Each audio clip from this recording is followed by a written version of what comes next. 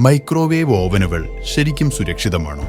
Microwave ഓവനുകൾ ഭക്ഷണം ചൂടാക്കാൻ ionised ചെയ്യാത്ത വികിരണം ഉപയോഗിക്കുന്നു.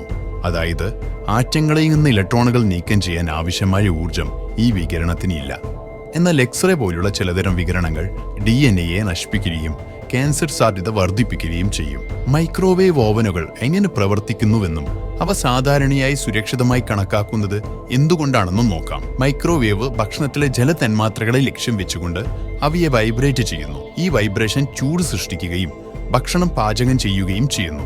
മൈക്രോവേവ് ഓവനുകളിൽ വികിരണം പുറത്തു പോകുന്നത് തടയുന്ന ലോഹ കവചമുണ്ട്. സുരക്ഷാ മാനദണ്ഡങ്ങൾ പുറത്തുപോകുന്ന വികിരണത്തിന്റെ അളവ് പരിമിതപ്പെടുത്തുന്നു.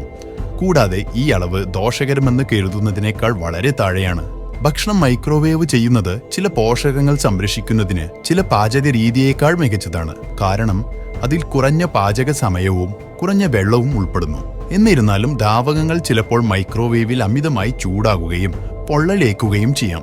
ചൂടാകുന്നതിന് മുമ്പ് ദ്രാവകങ്ങൾ ഇളകിപ്പോകാതിരിക്കാൻ സുരക്ഷിതമായ പാത്രങ്ങൾ ഉപയോഗിക്കുക. മൈക്രോവേവ് ഭക്ഷണത്തെ പൂർണ്ണമാകാതെ ചൂടാക്കുകയും ബാക്ടീരിയകൾക്ക് നിലനിൽക്കാൻ കഴിയുന്ന തണുത്ത സ്ഥലങ്ങൾ അവശേഷിപ്പിക്കുകയും ചെയ്യും.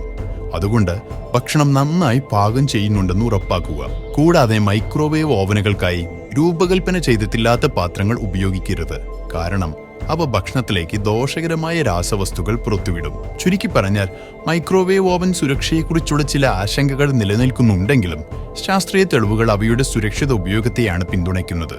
അടിസ്ഥാന സുരക്ഷാ മാർഗനിർദ്ദേശങ്ങൾ പാലിക്കുന്നതിലൂടെയും മൈക്രോവേവ് സുരക്ഷിത പാത്രങ്ങൾ ഉപയോഗിക്കുന്നതിലൂടെയും നിങ്ങൾക്ക് സാധ്യമായ അപകട സാധ്യതകൾ കുറയ്ക്കാനും ഈ ആധുനിക അടുക്കള ഉപകരണത്തിന്റെ സൗകര്യം ആസ്വദിക്കാനും കഴിയും. Stay healthy. Follow for more.